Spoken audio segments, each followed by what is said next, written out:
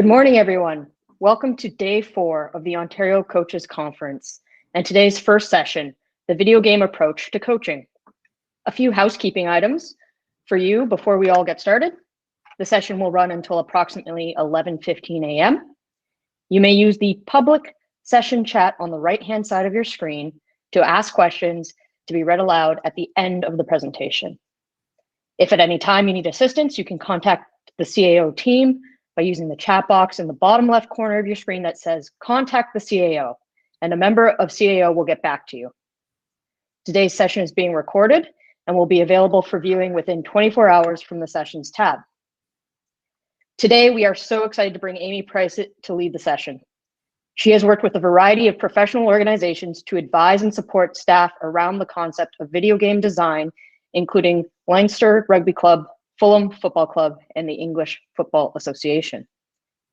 Amy is a UEFA A-licensed football coach and is currently supporting the development of coaches in the female professional game in her full-time role at the English Football Association. Please join me in welcoming Amy Price. Over to you, Amy. Thank you, Mercedes, and just thank you to everybody for attending today's session and for the invite to be here. It's a real privilege to be able to speak to so many coaches from so many different sports. So my title there kind of is framed around Mario and Sonic. Of course, this is the digital video games approach to coaching, but I wanted to emphasize some examples from Mario and Sonic because growing up, they were probably my two favorite video games. So hopefully everything will be clear as it goes through. So a little bit about who am I. So Mercedes has kindly just given me a little bit of a background information. I wanted just to say as well, grew up with three older brothers. So 2 of my brothers were obsessed with football and one of my brothers was obsessed with video games. And it's only now when I look back to like my childhood, I'm thinking, oh, maybe that's why I sort of came into this position here where I've sort of blended video game play with playing football. So I just wanted to give you that bit of background on myself and sort of my journey, I suppose, through sport, through video games, and also into academia, which was my previous job before my current job as a coach developer. So first half of today's session is going to be focused on the what and the why of a video games approach. The second half is going to be more focused around the how. And the reason why I've split it up like this is because I think us as coaches, we can get often very excited to jump straight to the how, because that's the coaching part. That's the sort of application part, which we probably get most excited about. And actually, sometimes we don't spend enough time considering, well, what actually is this? And why is it important? Why might it be important for the players or the athletes that I work with? So I said there's going to be a little bit of Sonic involved. This is actually me playing Sonic many years after I first played it as a kid. And this is on my mobile phone. So you can see at the start of the video, I was struggling a little bit with the controllers. Hopefully this is bringing back some memories for everyone else as well. There's some stuff I'd like to draw your attention to in the video. So this is level 1, the very first time, if you switch on this game, it's the very first scene that you would experience, level 1. Here's me trying to figure out how to go forwards and how to go backwards with the mobile phone control. You can see there's things hidden in the palm trees that earn you extra rings, and that's the point to collect the rings.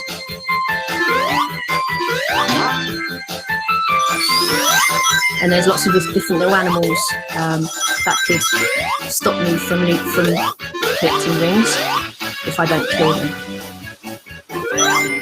Now, the big statement to me when I was researching all of this stuff was, why do digital games get people to learn something that is long, hard, and challenging? And I thought, wow, that is a brilliant statement from James Paul G, who is the godfather in video game design and learning. And that was his big statement that inspired me to find out more. The other thing is children and adults actually voluntarily spend time learning this stuff. And I think that's really interesting. Why do we do that? And even when we failed, we carry on playing. Again, what's inspiring us? What's motivating us to carry on? Lastly, people get better at playing a game without a teacher or coach. So put that into the context of coaching, whatever sport you might be involved in. What is it in video game design that's enabling players to improve without the presence of a coach?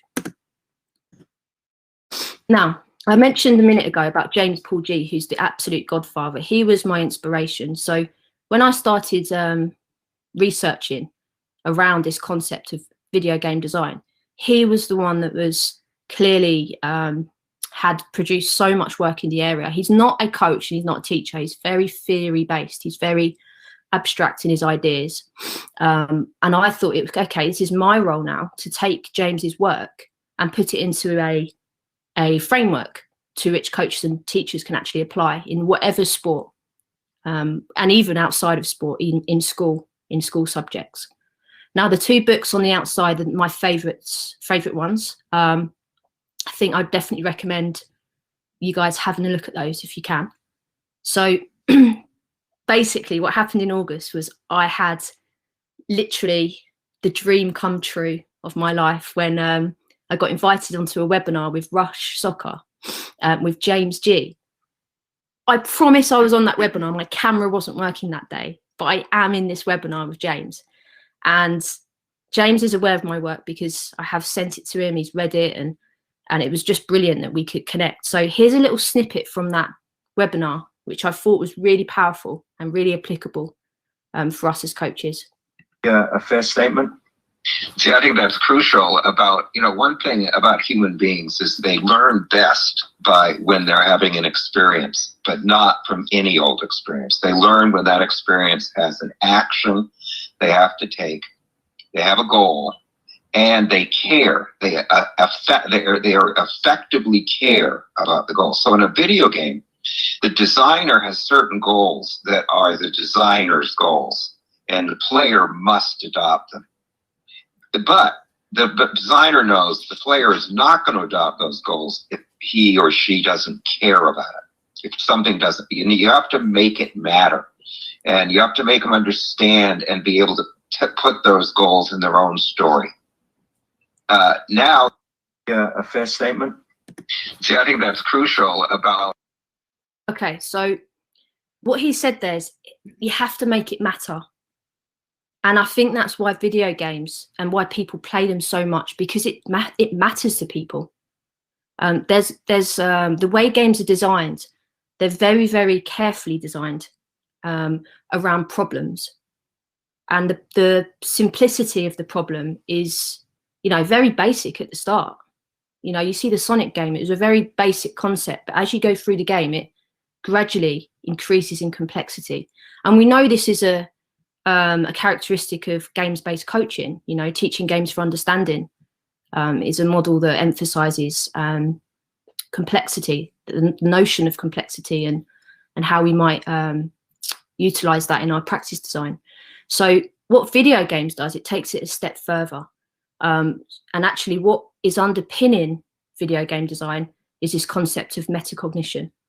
So it's not just about solving problems. It's not just about cognition. It's about the next level of thinking. It's about being able to be aware and in control of how I'm thinking when I'm thinking it. And that is why you get so good so quickly at playing video games. So in 2013, I wanted to give you a backdrop of how we've got to where we are today. So in 2013, I did an action research study as part of my master's at university. And that was when I took Gee's work, which was very abstract, it was extensive, and tried to make sense of it in a football coaching context. So every single week, I would coach a session, I would get the players' feedback, I would reflect, and then I would then do exactly the same thing the next week. And the idea was I was trying to understand, how does this feel to the kids? Does it look and feel like a video game experience? In 2017, so there's a long time period between these two things here, DVGA is published. in Quest, which is obviously a peer-reviewed journal article. And that was a really big deal for me because it had taken a lot of coaching, a lot of sense making, a lot of learning from colleagues and talking to people and discussing it. And it wasn't just me making sense of this stuff. It was other coaches I was lucky to be working with at the time who were helping. So finally, we've got a framework published and we've got this concept out there. And that article just breaks down what is a DVGA, what's the metacognition concept that sits behind it, what are the principles of this framework. In 2019, we took it a step further and started to really break down the metacognition side of it. So what are the skills that players, what are the metacognitive skills that players learn and develop by being exposed to a DVGA? And this is all in theory. This isn't with evidence, we didn't collect data. It was just more of a, we would call a desktop study. So more of a theory-based study. But in 2020, we then got some data, got some evidence behind the next part. So this is, by the way, this is all part of a PhD. So I should have said that. So after the action research study, which was a master's, it then turned into a PhD. So the 2020 study, we're collecting now data from coaches. What do coaches think about game understanding? Because ultimately, this is what this all, like if you was to take a phrase from coaching that we all understand, game understanding, that's what this is all about. So we started from there with coaches and just said, what do you think this is? And we wanted to really look at that data and see to what extent coaches referred to this idea of metacognition, and also this idea of players being strategic. In 2021, we then collected some more evidence. So we looked at players. We interviewed many players at academy level here in England, under 14s and under 13s. And we wanted to find out, how do they think when they're solving problems? So we used applied cognitive task analysis, which is, for us, it was a way of making the players' thinking more obvious. The questions that we were using were framed in a way which would expose their thought process. And that allowed us to really kind of look at what's cognitive in their thinking, and then what's metacognitive in their thinking. And lastly, which is what we're doing now, an 18-month-long study of testing the use of a DVGA with a group of academy footballers over a period of time to see if there is any impact and change in their game understanding.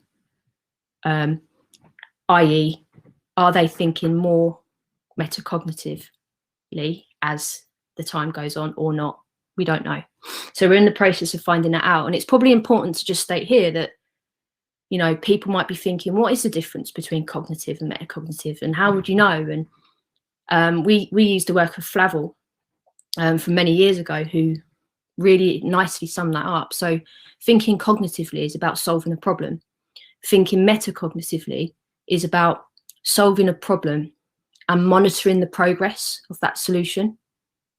So actually, it's, if you think about that in reality of sports players, or football players, or whatever sport, it's about being flexible, noticing in game when something needs tweaking, when we need to just slightly adapt what we might be doing, being aware if it's worked, being aware if it hasn't worked. And that's really apt for football. I speak from a football background, and often we see teams just keep doing the same thing, but we can see as an observer, why are they doing the same thing? Because it's not working. Why do they keep playing out from the back like that? Because they keep losing the ball. It's not working. So this is now about actually players being more flexible in the moment to slightly tweak stuff to enable it to work. This is just a little slide here for me that summarizes all of the what and the why. So at the top there, ultimately, this is about game understanding. And ultimately, it's about how do we outwit the opponent. That phrase is obviously taken from, I first heard it from Len Almond. with the TGFU stuff, and thought that was a great way of like summarizing the purpose of games. And then, okay, if it's about that, then what's this metacognitive stuff? What is it? What does it mean in the game? Well, actually, break it. The skills that I'm referring to here is in a game. Can I plan my next move? Yeah, can we get players to really think ahead and keep having lots of plans in the game, whether that be as an individual, whether that be as a unit, whether that be as a team? Can we gather some useful information as we're playing this game? So the classic example I give from a football point of view, if I'm playing centre forward, striker, and I'm up against a centre back or two centre backs who are marking me, can I early on in the game, can I test their speed? Can I see if I can run in behind into the space, see if I'm quicker than them or see if I'm slower than them? And that's what gathering useful information means to me. That's testing. What can I test? Who can I test in this game to find out what people's capabilities are? And then setting problems. It's not just about solving a problem, but it's about thinking, if I utilize this solution, what's the impact on the opposition? So G would talk about that from a system. He would say that's a systems thinking approach. And then also strategic thinking, that's the next thing. Okay, so actually it's the when and the why. When and why would we play out from the back in this way? When and why wouldn't we? And it's that tweaking and flexing continually all the way through the game, being strategic. And then it's about monitoring my problem solving. So am I aware when something's worked and am I aware when it hasn't? Now, slow down and speed up for me are two underutilized concepts in coaching in terms of when we plan our sessions and our practices. Are we planning for a high intensity practice, which is high tempo and lots going on and not many breaks and everything needs to be fast? Or are we actually consciously factoring in some time to slow down in our sessions and in our practices? Because by slowing down, we can really hone in on how players think and helping them to think more metacognitively. If everything's 100% energy all the time, maybe we don't help players or give players that time to really be conscious about their thinking. And ultimately, the last thing down there, it's about making progress. It's about in the game making progress. It's about not waiting for the coach to tell us or not waiting till half time. It's every moment in the game we're thinking about how we can gain some small wins, how we can improve every moment of the game. On the left side here is the 5 principles, the framework that I created off the back of James G's extensive body of work. So this is ultimately the principles that underpin digital video game design approach. I said there'd be a bit of Mario. So this is not the Mario I used to play back in the day, but this is Mario Go, which is available on mobile phones. So I was pretty new to this one, but it's such a fantastically designed game and there's so much we can take from this. So this is our map, so I know where we're headed, what the mission is, what the purpose is of the game. This is me failing straight away.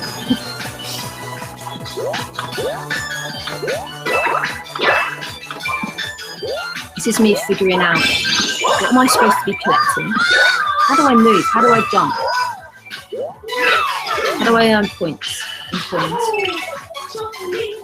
This is a really well designed game as well. It's a very quick game where even if you fail, you go on to the next course, which typically goes against video game design concepts. But I thought, let's play it anyway, because we get to see lots and lots of courses and different levels. You can see me here trying to find ways of avoiding those plants and also trying to kill the little animals, the little baddies that are in my way. I have to highlight, this isn't gamification. A lot of people will consider a video game approach as gamification. It's not. It's very different. Gamification is focused around motivation and changing behaviour of people. Video games approach, as you know, as I said, is about thinking. It's about developing metacognition. It's about developing my learning skills. It's not about getting me motivated. It's not about changing my behaviour, you know. And I think, yes, by doing the video games approach, I might be more motivated. Probably will be because it's fun, because it's enjoyable. It might be for some, but it's not the primary purpose.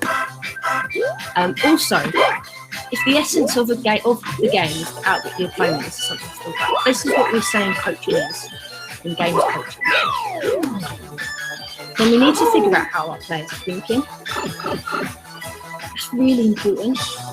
And I suppose it's like, how often do we try to understand what are our players thinking as they're facing these problems? Therefore, if we can understand what our players are thinking, can we design our games in a way to enhance this thinking? And that's ultimately what we're trying to do here. We're trying to be game designers.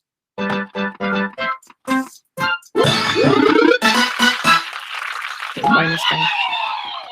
Okay, we're trying to be game designers. That's what we're trying to do. So as coaches, can we also think like a game designer? And that's somebody who first said that was Shane Pill, an academic in Australia. In 2014, he wrote a really good paper around what's the similarities between a sports coach and a video game designer.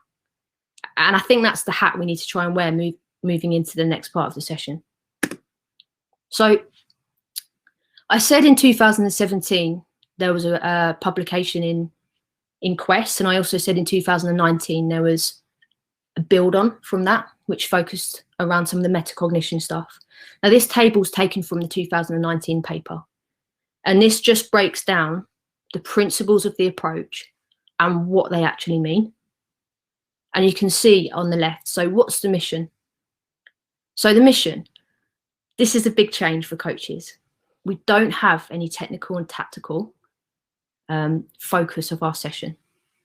So when we're designing practices, designing games, or deciding what our session's about today, we take the technical and the tactical and the skill stuff out of our head. And that's really hard, because definitely in England, as we go through our coach education system, we are coached and trained to think, what are we working on? And we always think tech-tac first. Now, because when you play a video game, when I play Mario, when I play Sonic, I don't decide, oh, today I'm going to work on my jumps. Today I'm going to work on my turns. You just don't, just play the game. So the nature of the game is that depending on the problem that's in front of me, we will actually dictate the technique or the skill or the tactics that I use. And G explains that as skills as strategies. So actually, depending on my strategy will depend on the skill that I will choose to use. So you're thinking, oh my God, then how do we plan a session or a game if we don't have a focus? Well, the focus is metacognition, metacognitive game skills, planning ahead, finding out information that I need, and setting problems. That's what we're working on today. So we have to now think of a mission that doesn't use sport-specific language. I'll go on to a game design later and give you an example of that. Using the pause button. So now in the game, there isn't as much emphasis on the coach stopping the play or interjecting with questions or challenges for the group. It's actually flipped. So the players have the pause button, just like they would in a video game. So as the players are playing in the game, they know that they can pause at any time, whether that be as an individual or as a team. And when they pause, they have a choice. They can cheat, because that's something you can do in video games. So that might be something as simple as skip this level. I'm fed up with this level. I can't get past it. Let me just skip it. It could be something like, so we've got the cheat, then we've got the change. So the change could be something like change the game design, change the positioning of the goals, or change the area size, whatever you want it to be. Because for the players, then it gets them thinking like a game designer. It gets them thinking, what can we do to this game design to set a problem for the opposition? The next option they might have is a clue. So that's actually where we get to coach as coaches. So the clue is coming from the coach. And that obviously how we deliver that, how we deliver our clue is up to us as a coach. And hopefully we've been carefully observing the game as it plays out to be able to then give a good clue that's meaningful to the kids. And then the last thing they might choose to use is a challenge. So that's where they decide they want to challenge themselves, not the opposition themselves. Because good game design enables you to do that. Good game design gives you a chance to actually play on a more difficult level if you want to. So the challenge, I tried to, with the challenge, not make it skill or technique specific. For example, in football, often people would say, oh, the challenge is you must use your weaker foot or you must play on one touch. However, that's not a challenge for everyone. That's not necessarily a challenge. So with that, I tried to think about complexity, this idea of time and space. So I think, what could we do? How could we manipulate time and space here to set a challenge for the kids? So, for example, I'll show you a practice later, but in cricket, we said actually the challenge is that you can only bat into 3 out of 4 areas. So actually they had less space to send the ball into. So that was the challenge. It wasn't anything to do with how they hit the ball. It was just about the space available to them to exploit. Okay, so we've got the mission, which isn't sport specific, very generic, which is the end goal. We've then got the pause button, which players can interact with throughout the session. We've then got the level up. So actually good games have, as I said, simple to complex problems to be solved. And the problems are similar but different as they go through. So we again use this idea of complexity. So in football, in other game-based sports, it's often about time and space as the 2 factors that we can manipulate to create simple to complex concepts. So can we now think about how our game feels for players at the start? We want to make it feel like it's possible. It's hard, but it's doable, is the real phrase that James G uses in terms of how it feels to take part in this game. It's hard, but it's doable. And that's why we keep having another turn if we fail, because he says we're in our outer edge of capability and it feels pleasantly frustrating. That's his words. Now, the next part here is earning a superpower. So how do we create stuff in the game where players can utilize it if they feel like they need it? You know, like me in Sonic, can I find the invincibility power that's hidden in the palm tree? Okay, I found it. Great. I need that. I need to use that because I'm struggling here. And I realize I'm struggling and I think that could help me. It doesn't last forever. It only lasts a few seconds. But actually, I think I could use that to get me through this level. It's not about giving players powers. It's about designing opportunities for them to earn the power in the game. Again, I'll give you some examples in a moment. Lastly, saving progress. How often as coaches do we start from scratch with our sessions? Do we introduce, we might start a session from its very simple concepts. The 1.5-hour session is now finished, and then we see them again next week, and we start from the very simple concepts again. So this principle is actually in video games. You start from where you left off. That's what's so motivating. That's why we learn so quickly, because we're always starting from our challenge point that's relevant to us. And also the fact that we can save and bank progress that we've already made, we can't lose that. It means we're more risk-taking with our next actions. And G highlights that. He says it's risk alleviating. I've banked that. I can't lose it now. So in Sonic, halfway through the level, you see the bell. Hit the bell. Because if you hit the bell, it means if you die, you come back to that point where the bell was. You don't have to go back to the start of the level. So you're thinking, how can we introduce stuff like this in our game designs? One thing I didn't mention, which I think is important, just going back to level ups. it's not about progressing the session, which is the coaching language. What we might use is, how do we progress this? It's not about that. It's about designing a game where players, once they solve the problem, they automatically level up. So you could have a practice with one team who are on a higher level than the other team, and that might keep changing throughout. The coach isn't progressing the game. The coach has designed the game and the players interact with it.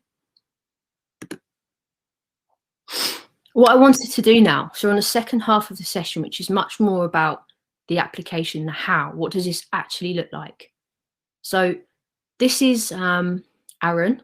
So Aaron contacted me via Twitter, and some of you may know Aaron from Twitter, and he created quite an interesting application of this, because it was their kind of return to play after the COVID restrictions. So as you can see, he's actually used video games from an unopposed practice point of view. Amy, Eric M here. Just really quickly, do you want to make sure you turn down the volume just a little bit if you're going to talk over the video? Thank you. Thanks, Eric. Okay. So this is his brilliant video, by the way, that he created, which is fantastic. He's got his mission. Now, just want to highlight here, actually, because it's unopposed, you can see his mission is technical and tactical focused. Catch a high ball. So that would actually go against some of my principles of a DVGA. However, we all know coaching is not black and white. So I do believe the skill of the coach is to make something work for their group of players. So it's not purist. Aaron hasn't used this in a purist point of view, but he's made it work from a point of view of return to play and unopposed practice. Oh, let's try again. Okay.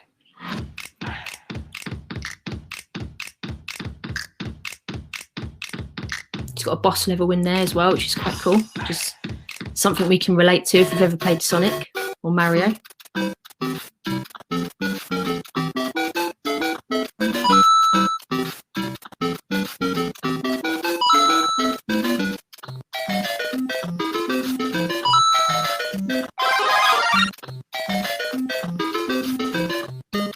So this concept of a high ball, I suppose he's really broken that down to think, what's the easiest way and what's the most difficult way? Again, when I'm designing levels, I focus more on complexity, not difficulty.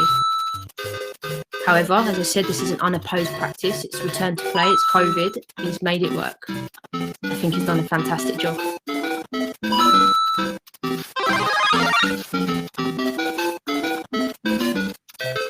I'm going to pause it there because I don't think there's anything more that you would need to see from that to bring it to life.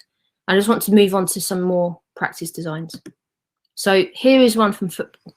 So this is opposed, obviously. This is with younger players, and these are actually 6 or 7-year-olds. So this is a full game design here. So we have our mission.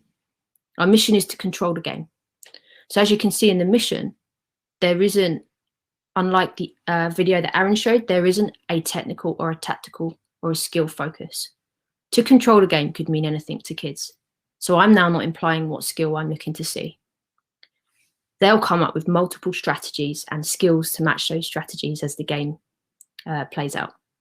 The levels. So I'm thinking, okay, how can I make it progressively more difficult for the kids? Time, space, actually have remained the same here, but what I've used is numbers, which is the other factor which we might use to enhance the complexity of the game. So number of passes before scoring equals the number of cones used.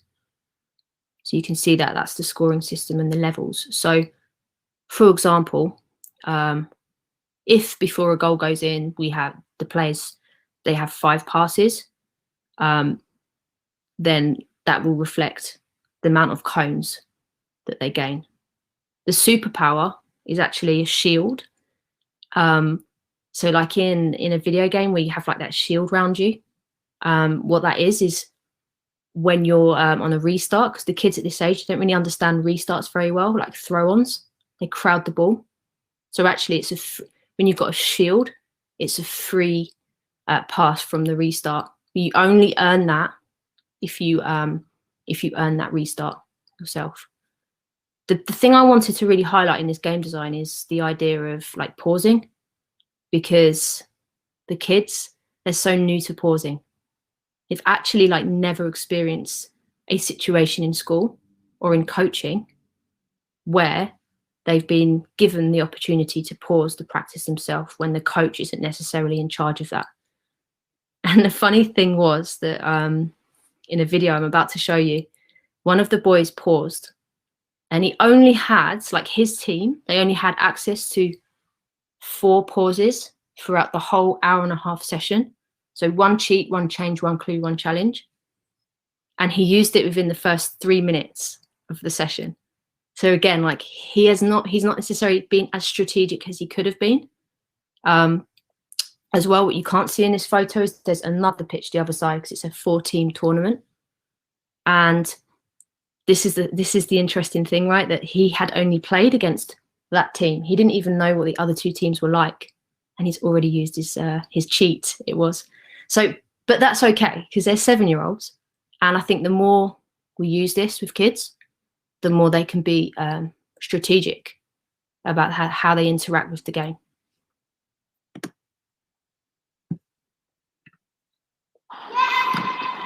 So this is us playing the game I just said, and you'll see a goal is scored.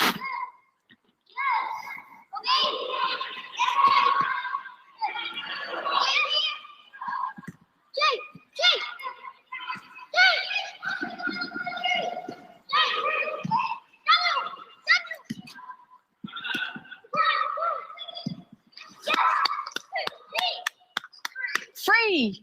So they just earned three cones. So he's running over off the pitch to put his 3 cones down to represent his points. And what happens, the red player then comes up to me and shouts cheat. Oh.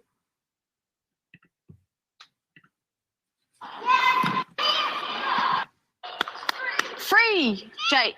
You can see him coming up to me here. Oh, Jake. He's VAR. cheated. So he's, in this case, it was a VAR. So he's decided to disallow the goal. That's what the cheat is in this game design. Play from Isaac. And then we just play from the reds. Unbelievable. What have you been doing as well? You're checking, aren't you? And I just thought that's fascinating. So it's great that he's remembered. Oh, hold on, we've got some pause. We've got a cheat. Like, we should use it. And there's just so much coaching that could happen there. And as a coach, you learn so much about your players. You know, who did remember, who didn't? And then why did they choose a cheat and not a change, not a clue, and not a challenge? And actually, it's only a few minutes into the game. Like, I'm interested why they wanted to use a cheat straight away. And actually, did he talk to anyone before he came over, or was it literally, I'm going to go and talk to Amy? I don't need to confer with my teammates. So there's so much you learn about how they think as players. And this is a website down here if you wanted to have a look at some further game designs. You know, the ones I've put on there are like utopia game designs, in my view, in terms of how the DVGA is interpreted into practice. Some of the ones like Aaron's and a little bit of this one today, they are not like perfect, because actually the reality is, as we all know as coaches, that we also work to the moment and work to the needs of the kids. So, you know, we might design a game which doesn't have missions, level ups, pauses, superpowers, and saving progress. We might just have a game that has missions and pauses. You know, it can't always be perfect in reality. However,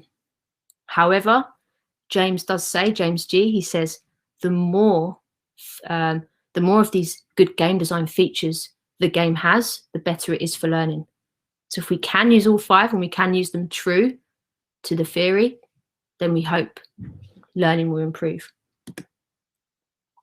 I wanted to highlight this video because I've never coached cricket in my life, and I don't know about cricket at all. I had to learn cricket prior to this video, and it was the ECB, the English Cricket Board, Martin Keel, that contacted me. He does a bit of work with the coach development side of it. he said, oh, we've heard about this and we'd really like you to come and demonstrate it with some kids, like some local children. And I was like, okay, cool, yeah. I have to learn a bit about cricket, but other than that, yeah, let's do it. And they did a fantastic job, and it's all free resources they've created. If you go onto I Coach Cricket, and then it's create a free account, and on the left-hand side of the web page, if you go into the kit bag, inside the kit bag is lots of free content. And the videos they created for a DVGA is called Thinking About Thinking, which obviously is the metacognition term. And there's lots of like short videos which bring it all to life. So I highly recommend going on there. I'd just like to play this video, and I will be pausing it and talking through and trying to show you the principles in action.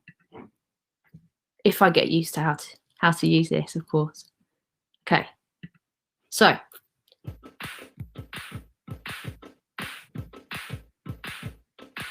they've jazzed it up and made it look very attractive, which I'm appreciated for. We kind of know where we're going with this. So we've got a mission where we need to unlock all of our fielders. As the game is playing out, your coach, Alex and Ed, will be counting score for you as well. And after a certain period of time, we'll come back in, we'll see which fielding team conceded the least amount of runs, and you'll get to choose somebody to unlock. So you're in partners, is that correct? Yep. So that's your batting and your bowling partner. What we'll do is you'll have a... So to start with, we have a mission, which is to unlock your fielders from their zone. So again, the mission doesn't talk about any sport-specific language. It promotes strategic thinking. It promotes skills as strategies. So the way the game is designed is that to start with, the fielders are locked on a red spot in their zones when they're fielding.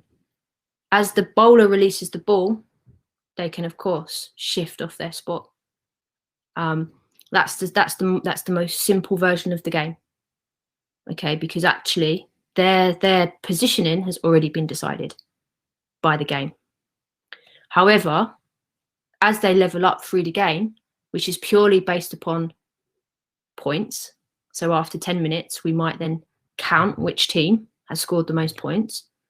The team who did would be able to unlock a fielder. So actually one of the red spots gets taken out, and that fielder can field from any position they want, and they are not locked. So that what that means is the complexity increases for that fielding team, because now there's more decisions, there's more options, and there's more thinking to be done. 8 opportunities to bat in your pair. And in terms of the bowling, you'd change round every 4 bowls. Now, you might not complete that today. So we've only got a certain amount of time for our training session. If it's a game you can come back to, so we can save where you're at. The coaches will remember your teams and what level you're on. Alex, you ready to go?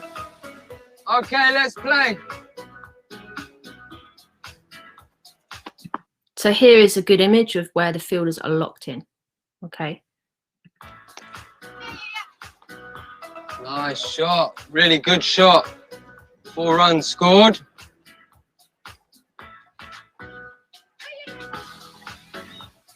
Four more runs. So, yellow. Big moment for you guys here. Who is it that's going to get that opportunity? We've got some stuff here, as you guys notice. Cheat change, challenge, clue. Now, this is an opportunity. Okay. Oh, no. Got to learn how to do this. So what I just wanted to highlight in that video there was when the cheat change, challenge, clue. Now, the players came in here for the cheat, the change, the challenge, and the clue. Actually, I had to pause them and bring them in and ask them what they want. You know, I said nothing ever runs perfect, and it takes time for kids to learn this stuff. This is an example, because I would love if they paused during the game. That's the idea. If they pause during the game and come over to the whiteboard and say what they need, that would be the ideal. But this is the first time these kids have played this, a video games approach and this way of coaching and teaching. So they wouldn't actually click the pause button because they'd forget, or they wouldn't be used to using it. And actually this happened to me the very first time I delivered a football CPD event on this. I bought whistles for every single player taking part. They just held it in their hand as they were playing the game. And I thought that'd be like a good way of triggering their memory that they have the whistle, they have the opportunity to pause, not the coach. And I was really excited. And actually for the whole CPD event, nobody paused. And it's because the kids, they're not used to that in formal learning settings. Yes, when they play their video game, they are, but that's not formal. That's not a formal learning setting for them. So actually it was the same with these kids. So I had to factor in times, maybe after every 10 minutes, where we would bring the boys in and the girls in, and we would count the scores. And then we would utilize that pause. We would give out the choice. Do you want to cheat? Do you want to change? Do you want a clue? Do you want a challenge? And again, I could only use each one of those things once. So otherwise, they might choose cheat every time. For you guys to decide how you want some help in this game or some support. Because in a video game, right, you're in charge of the controller. No one like tells you, stop there, you must do this. Like, you have the controller, you get to decide when you pause. So you've got quite a short amount of time now in your teams to get together, make a team decision around which thing you think you need now to help you in this game. The only thing is, you have to remember, you can only use something once. Once you've used it, it's gone. Challenge. Actually, change mean we get to choose where the locked figures get to go. Could be, if that's what you want to. But like the whole use game. it. I know we would have challenged. So if we put cheat, would that mean we are? I also want to highlight here that it's not just cheat, change, clue, challenge and left at that, because you know kids as much as I know kids, and they will just come up with some really random things, which then actually take the essence of the game design away sometimes if they're not used to it and they don't really know what's appropriate. So I've said what they are. So if it's a cheat, it means you skip a level. If it's a change, it means you modify the playing area. Now, the first one in my head that I think of when I say modify the playing area in this game, probably going to change where the red spots are. Like, that's quite an obvious way of modifying the playing area to either help us or to make it hard for the opposition. The clue is literally a question mark. That's like, well, that's just depends on what the coach notices and, you know, what the coach wants to coach. If you chose to cheat, yeah, you'd be on level 1, same as them. The challenge is to field in less space. So again, making it slightly more complex. Now, what's great from this is how the kids talk. And actually, I talked about slowing down practice. If you have the luxury of like maybe training more than once a week, or even if you look at a block of work over 4 to 8 weeks, how much of those sessions are slower, how much are faster? Now with this, there's quite a lot of slow moments where kids talk about what they're thinking. That has to be managed by the coach, obviously, because you want the kids to stay engaged, all of them. You don't want them to get cold, etc. So it has to be managed really well by the coach. So it's not just talking, but maybe we could use a timer for how long they get to decide stuff for. Right here. Top right. I'd say top right. Because no shots are being played. Bottom right. Bottom right to here. We can't stop sixes. What will you do there? What will you do in that We're area? going to put like a fielder closer to the boundaries to stop boundaries.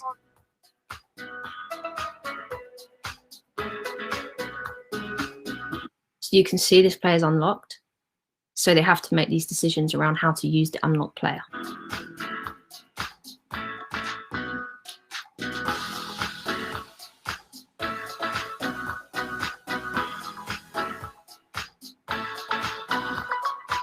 We're going to introduce a superpower to the game, which is similar to my favourite game, which is Mario Kart. You have the invincible star. The bibs that you see on the floor in your field are the invincible stars. If you as a fielder have possession of the cricket ball. So going back to superpowers, many of you are thinking, how the hell does that look in a game? What would a superpower be? Well, this is quite simply, I often just use bibs and I tie a bib up and I chuck it onto the pitch or onto the field. And in this case, I've described it as an invincible star. So you could have, like, in this game, there could be 5 or 10 superpowers on the field at any one time.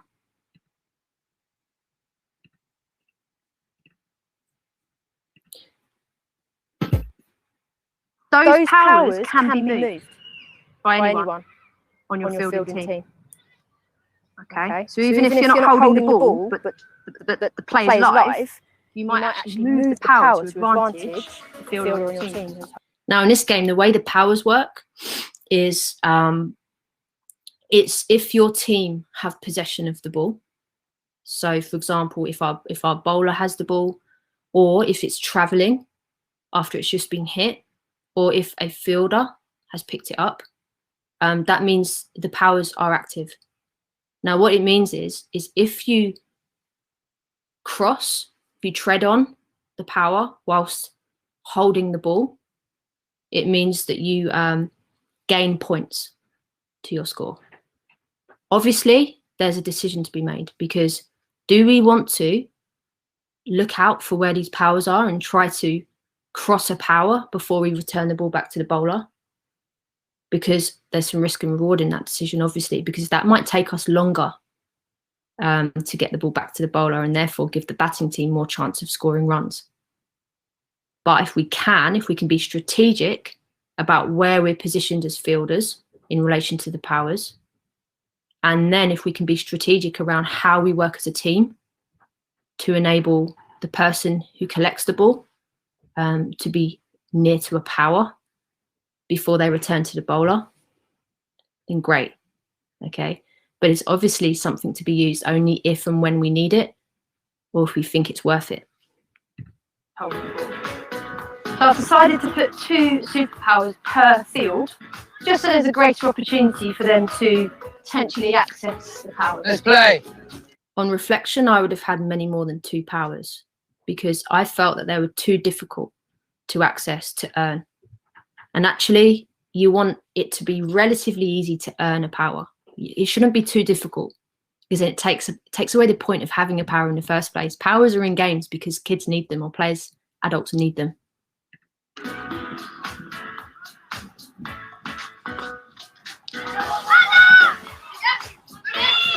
See, you see a move there? Well backed up, John. Well done. Once you're unlocked, so once the bowler releases the ball, you're then able to run anywhere, aren't you, in field? At that point, you can move the field. I don't know if you just saw, but the left-hand side star, the boy standing nearest that, was very alert. As soon as the ball was released from the bowler, he knew that he was able to pick up that power and move it nearer to where he thought the ball might be hit. Okay, so it's very interesting when you actually stand back and observe players and how they interact with the game, and their actions in relation to a superpower. It really often showcases how they're thinking, and it slows them down, and it's really fascinating to see how they see the game. I'm going to move on from this game now, because obviously you can watch all of it yourself on the iCoach Cricket website. This is a slide I wanted to show because I am a real big believer, especially now I'm doing coach development on a full-time basis, is actually how important every single tool is for the coach in terms of the way we design and the way we coach sessions. You know, the video games approach, which is focused around the metacognition, is just one tool, and it does something specific, i.e. the metacognitive game skills, planning ahead, finding out information that will help me make progress in the game, and problem setting. That's what that does. It's not the answer to everything. It's just one way, one idea, which might help the players. But similarly, there's so many other ways of coaching, which are all really relevant and all have their own purpose. And for me, this slide is really good. It's Jack Patterson, he created it from London Irish Rugby. And I just think that message is really important. And I always emphasize it being just one tool, and it's not the best way or the only way to coach. And it's often the advice that's often underpinning the advice that I give to colleagues or coaches when they're considering this approach. So the other things I think about when I'm asked about a DVGA is it sounds cool and exciting. And as a coach, there's so many ways you can think about your design process. and it might appear new and shiny, but don't get drawn into that side of it. Remember why it's here, the what and the why and the purpose. And also it's got to be it's got to be like something relevant for your players. If you think your players would benefit from this approach, as opposed to, well, I'm excited because as the coach, I find this exciting. And that's, I think, often the challenge that we have as coaches. Approach with skepticism and curiosity, I think, is definitely something to consider, because everything you've heard from me today is all very, it's new. So it's not got lots and lots of years worth of evidence sitting behind it. Because, you know, you can look at, say, Teaching Games for Understanding, which I've referenced a few times on this call. That came out in the 80s. And there's been so much research into that. So many coaches and teachers have tried it out. Whereas with this, we're not in that phase yet. We're not at that stage. It's very, very new. So we need to try and remain skeptical. Yes, there's theory that suggests this, that, and the other about it. But actually, we're still building evidence. And that's hopefully what my PhD study will continue to do. And hopefully other people's studies will too. Understand why you're doing it and how it will help learning. You know, it's not about fun. It's not about enjoyment and motivation. Hopefully that will come as a result of people taking part in this way of coaching, but it's not the primary aim or the primary purpose. The purpose is deep game understanding. It's about thinking metacognitively. It's about becoming a better learner and being more in control and aware of my thought processes when I'm thinking it during the game, and not always relying on the coach to tell me. I would also suggest there's, like, for those of you that are interested in some of the academic side of it, there's some really good stuff out there in coaching as a whole, which feeds into this. So, you know, there's lots of work out there on games-based coaching, which is really important to be aware of. And then also the papers from 2017, 2019, 2020, which I've published with my co-authors as a really good introduction to, you know, why does this approach exist? What's sitting behind it? What does it try to do? There's many coaching tools. And actually, as you saw from Aaron, as you saw from myself with the video of this from a soccer point of view, it's also blending your tools. It's not always following a purist framework. If you can, great. If that works in your context, great. But if you need to tweak it, that's coaching. Just lastly, I referenced Shane Pill in this presentation near the start. He did a very good 2014 insights paper into why a sports coach might want to think like a game designer, and he's since edited a book on game-based coaching, which came out at the end of 2020, and it's published by Routledge. So in that book, in chapter 2, there's an explanation of everything I've spoken about today in terms of the metacognitive side and the strategic understanding side, with broken down into examples. So there's a basketball example and a cricket example. So might be worth having a look at that. And then lastly, you know, as I said before, keep reading stuff, keep looking at stuff online. Someone I put on the screen I didn't mention was with the cricket example, was Sporticus on Twitter. He's got a fantastic blog, and he did a blog on video game design when he was teaching PE in schools, and he actually focused his blog around cricket. So again, if it's not peer-reviewed journal articles, he might be a trusted and reliable blog writer who's, you know, done their research and who's reporting back on how it's worked. Any of James Paul G's work is amazing. You know, the 2 books I showed, fantastic. You'll love them. And then, yeah, any of the practitioners I've referenced today, or any that you might see on the website that I cited earlier, where I said I had lots of game designs, which is digitalgamesapproach.weebly. There's practitioners that I might have referenced on the resources page, which you could go and contact. And of course, you can contact myself as well. I just want to say thank you again for having me. It is kind of strange talking to a screen and not being able to see anyone's faces. So hopefully everybody's still awake, and hopefully everybody is still as curious about this way of coaching as you were at the start of the session. Contact me, because I love to hear from coaches who have tried some stuff out or are considering trying it out and want to talk it through, especially in lots of different sports, because probably, as you can tell, I'm very soccer orientated and I'm interested to know how it works in other sports. Mercedes, I hope you're still there. Hi, Amy, I'm here, and thank you. I can affirm that no one is asleep. The chat box is moving quite steadily, and I'm very happy to sort of share some of the questions that have come up, but I do want to say thank you. It's really fun and imaginative to think of ourselves as coaches having to deliver a mission to our players, and our job is to kind of give them clues, and then their job is to figure out their cheats, their level ups, their pauses, their challenges. So that was a really fun perspective to take, and looking forward to applying this moving forward.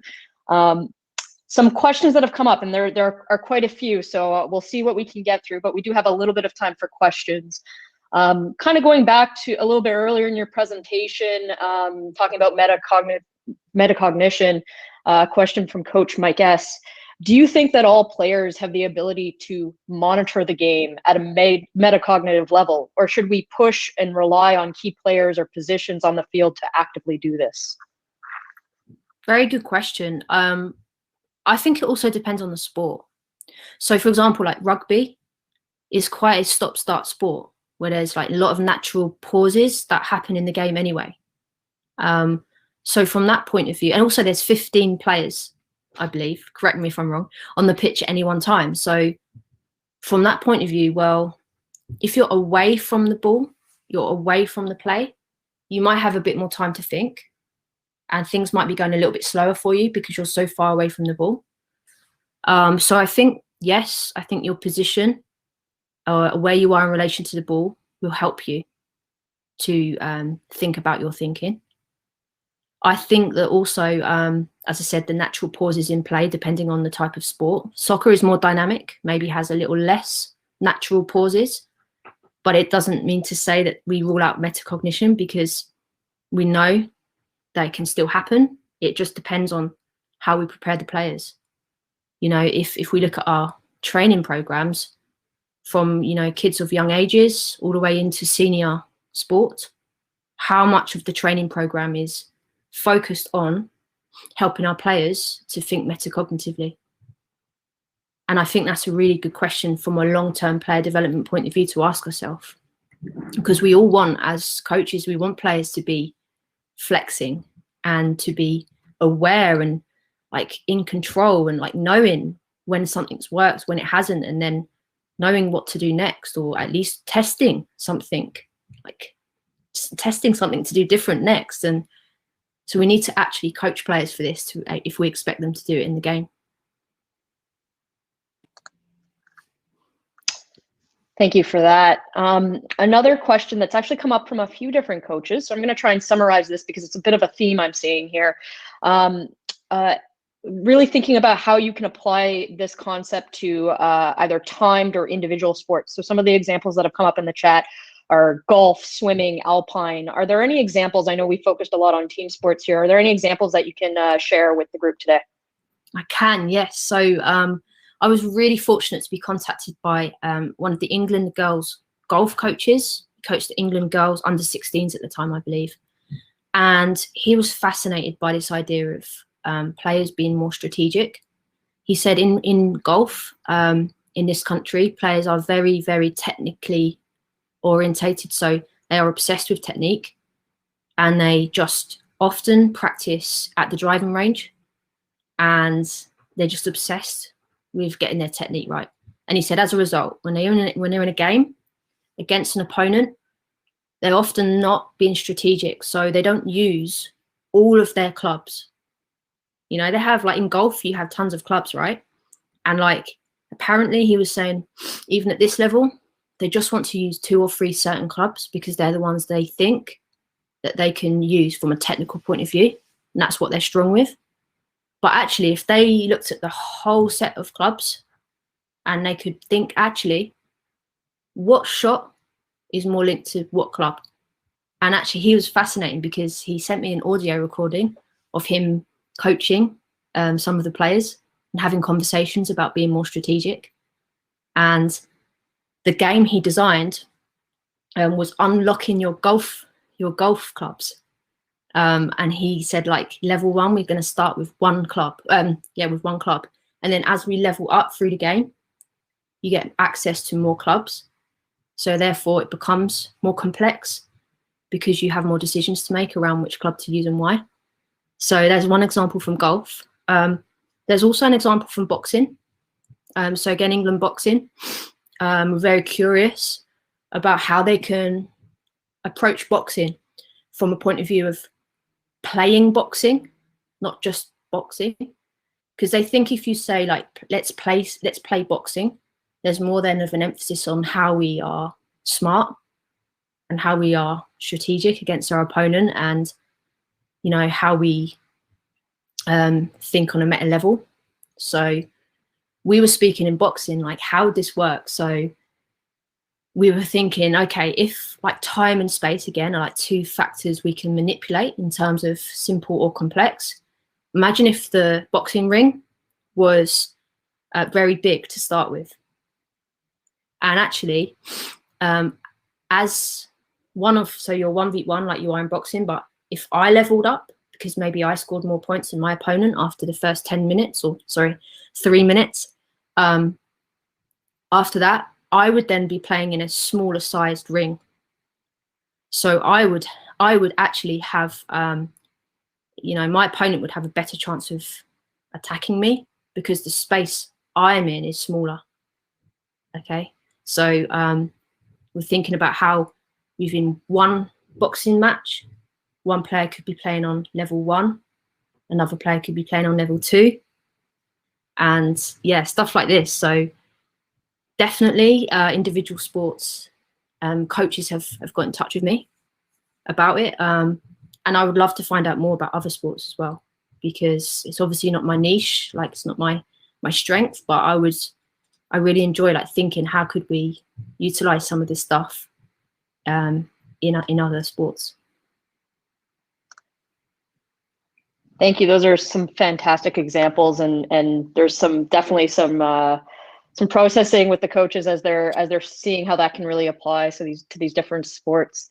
I think this might be our last question. We'll see. I think it's a doozy, so I'm gonna put it out there because again, it's a bit of a theme I'm seeing in the chat.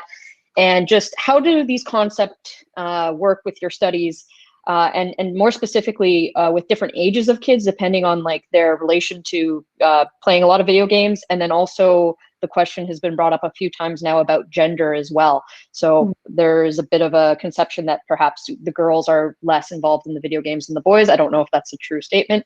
What have you seen in your research? Yeah, 2 really good points. So early on with this, when I said that I went on a long journey with this, and I spoke to lots of my colleagues and friends who are also coaches. And the best piece of advice I got from my mentor, he said, if this is a coaching approach, he said, this is way back in 2016. He said, if this is a coaching approach, it needs to be something that any coach of any athletes can use, or can at least choose to use if they want. And I said, yeah. He said, so therefore, how are you going to get people to understand that this is as much for kids, 4, 5, 6, 7-year-olds, as it is for a seasoned professional who's at the top of their game? And I was like, okay, interesting. I said, of course it's applicable for everyone, right? Because I don't know if there would be any coach on the earth who would say, I don't want my players to understand the game deeply, or I don't want my players to be aware and in control of their thinking. And like, of course, because ultimately, if it's the higher levels of the game, it's about winning. If my players are better at thinking and problem solving, and they're going to have more of a chance of winning. If it's at the younger ages, then they're going to have more of a chance of generally just understanding the game and progressing and feeling a sense of competence and confidence. So I would say, so first of all, I had to test that. So after my mentor said that piece of advice, I then decided, okay, I'm now going to test this approach with, in England, under 18 football academies is obviously very high level at Fulham and at AFC Wimbledon were the two clubs, which I went in with the boys under 18s and tested it. And we got some really cool feedback. It was very different in each club because it depended on what they were used to and the type of coaching they were used to. And each club was used to something slightly different. And also, you know, women's senior football I've utilised this with. And it's how you say it.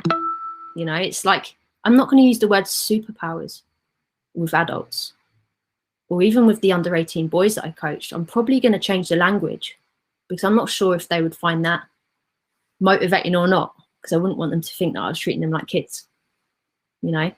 So I think it's about the skill of the coach, knowing the people, knowing the players, and, you know, saying it like using more discreet language maybe, so it's not as video game in your face. I think it's important if needed. And I think also with the girl thing, the female thing, I believe there is some research out there that suggests that females play less video games, but don't quote me on that because I haven't actually looked into it. It's just stuff that I've heard. So again, if that is the case, then we change the language maybe, because it's not just about telling the kids, right, we're doing a video games approach to coaching. We would just coach and we would frame up the game in a way that we know would inspire and motivate the people in front of us.